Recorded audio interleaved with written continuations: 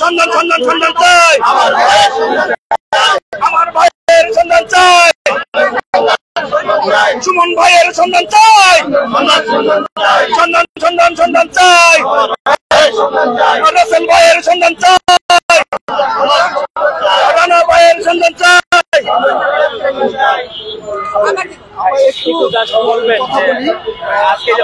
দেখেছি সেই ফ্যাসিস্ট সরকারের সময় থেকে আপনারা এই আন্দোলন করছেন, যারা হচ্ছে গুম হয়েছে তাদের বিচার চাচ্ছেন।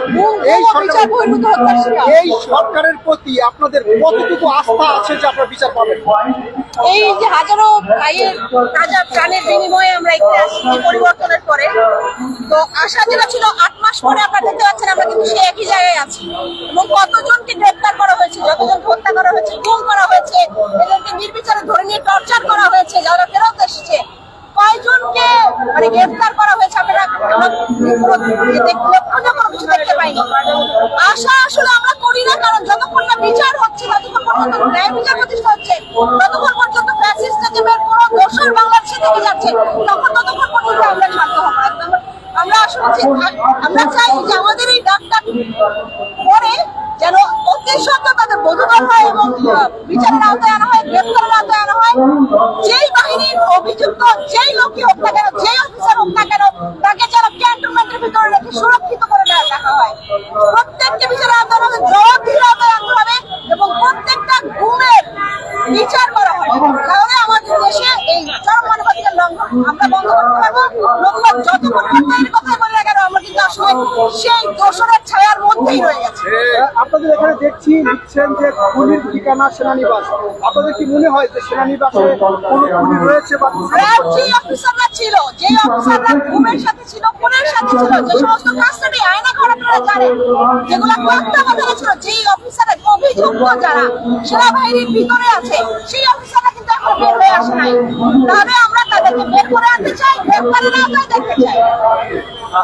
এই যে আমরা দেখেছি যে আমাকে জানিয়েছেন যে আয়নাঘরের অনেক আলামত নষ্ট করা হয়েছে, এটার উদ্দেশ্য কি হতে পারে বলে আমরা মনে করি? অবশ্যই বিচার যেহেতু আওতায়, বিচারের আওতায় আসলে সবকিছু এখন জনগণের কাছে উন্মুক্ত সবকিছু। এই পরিবর্তনের পরে, এই উত্থানের পরে আমরা নতুন জায়গায়, নতুন বাংলাদেশ, সেখানে তাদের বিচারের একটা অবশ্যই তাদের একটা ভয়ঙ্কর রকম মনে হয় আশঙ্কা আছে।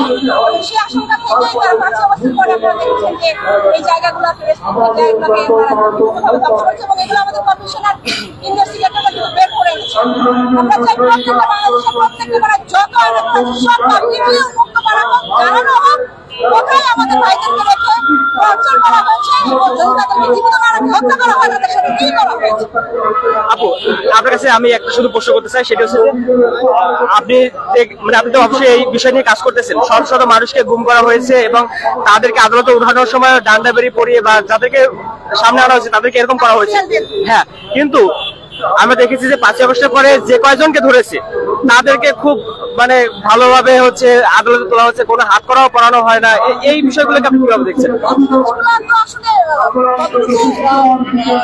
সচেতন বা সিরিয়াস এই জিনিসগুলো কতটুকু শক্তভাবে হ্যান্ডেল করা হচ্ছে আসলে সেটাই রিফ্লেকশন এখানে পাওয়া যায়।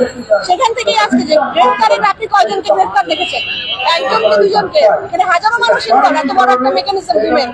সেই যারা তুলে নিয়ে গেছে, যারা কাশ্মীরে রেখেছে, যারা টর্চার করেছে, যারা এরপরে আরো যে সমস্ত কাজগুলো যে মানবাধিকার লঙ্ঘনের প্রত্যেকটা মানুষ এখানে ইনভলভ। আওয়ামী লীগ দোষক সরকারের বিগত সরকারের লোকজন থেকে শুরু করে বিভিন্ন আইন প্রয়োগের সংস্থার অভিযুক্ত যারা কত হাজারো মানুষ কতজনকে আমরা অ্যারেস্ট হতে দেখেছি।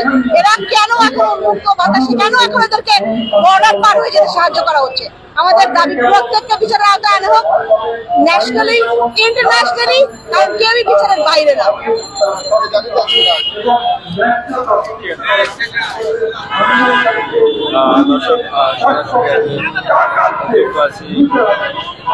হাইকোর্ট প্রাঙ্গণ থেকে এবং আমরা দেখতে পাচ্ছি যে এখানে মায়ের ডাকের ব্যানারে এখানে সমাবেশ হচ্ছে আওয়ামী লীগের আমলে যারা গুমের শিকার হয়েছেন এবং যাদের সন্ধান আজও পাওয়া যায়নি সে সমস্ত পরিবারগুলো এখানে দাঁড়িয়েছে ন্যায় বিচারের দাবিতে। এবং সেখান থেকে আমরা দেখতে পাচ্ছি যে যেহেতু নাগরিক মাহমুদুর রহমান বক্তব্য করছেন। আহ্বান জানিয়ে আপনাদের সাথে একাত্মতা আলোচনা করে আমি আমার কথা বলা শেষ করছি। এ পর্যায়ে মায়ের কাছে সর্বশেষ ডক্টর আমাদের মায়ের কাছে